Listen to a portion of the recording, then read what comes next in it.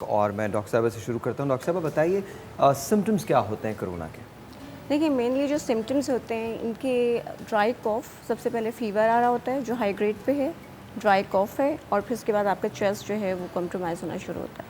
तो ये 3 सिम्टम्स हैं जो आ रहे होते हैं, जो कॉमन कोल्ड से भी रिजेम्बलेंस हो रही होती है। तो इसमें dry cough, high grade fever and then chest, मतलब शॉर्टनेस ऑफ ब्रेथ हो रही है। हाई ग्रेड फीवर आपने कहा? जी, फीवर बिकॉज हमने जो पढ़ा है अभी तक पढ़ा है वो हमने सुना है कि लो ग्रेड फीवर होता है, हाई ग्रेड नहीं होता। नहीं, फीवर हाई ग्रेड होगा। हाई ग्रेड होता है, ओके। अगेन ये मिस इंफॉर्मेशन है जो हमें शायद पता नहीं है। आप बताइए डॉक्टर साहब क्या है, बिकॉज जो पढ़ा जा रहा है वो ये पढ़ा जा रहा है, अक्सर जगहों पे लिखा हुआ है कि ये लोग कुछ सिम्टम्स ऐसे होते हैं जहाँ हाई ग्रेड होता है, अक्सर लो ग्रेड फीवर के बारे में। देखिए इनिशियली तो हाई ग्रेड फीवर आपके साथ ड्राई कॉफ और साथ में आप लेथार्जिक और आपको बॉडी एक स्टार्ट होता है और फाइनली मैंने जो सिम्टम्स पढ़े मैं आपको वो बता रहा हूँ, जो again you guys are doctor so you know better.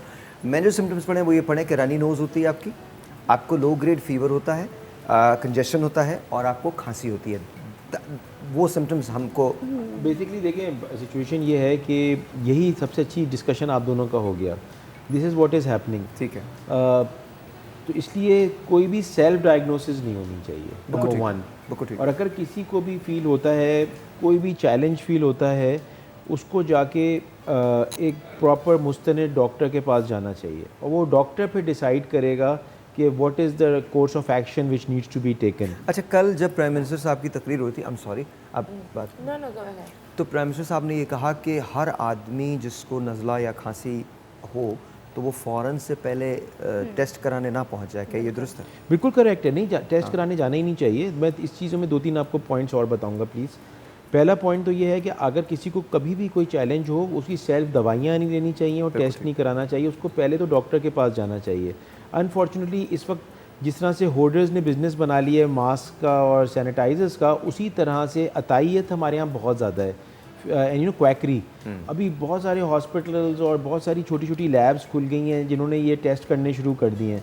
तो ये मैं 2-3 चीज़ें बताना चाहूँगा। तो सबसे पहले तो एक प्रॉपर डॉक्टर के पास जाना चाहिए, जो डॉक्टर आपको जो है वो क्वालिफाइड डॉक्टर फिर आपको कोर्स ऑफ एक्शन बताएगा। जैसे आपने बिल्कुल सही बात कही कि हम डॉक्टर्स भी वही बातें करते हैं जो आप कर रहे हैं। हम कहते हैं कि पहले आप डॉक्टर को दिखाएंगे, उसमें फ़र्स्ट ऑफ़ ऑल तो बहुत 20% को लेट से अगर चले कोरोना हो भी गया, 80% को तो नहीं होगा। अगर 20% को हुआ भी जिनको है, उनमें से भी 90% जो हैं उनको घर पे बैठ के, जिस तरह से आपने बात बिल्कुल सही कही, आइसोलेशन। अगर एक दफ़ा बीमारी हो जाती है ना, तो अपने आप को आपको आइसोलेट करना होता है कि आप दूसरों को ना फैला सकें।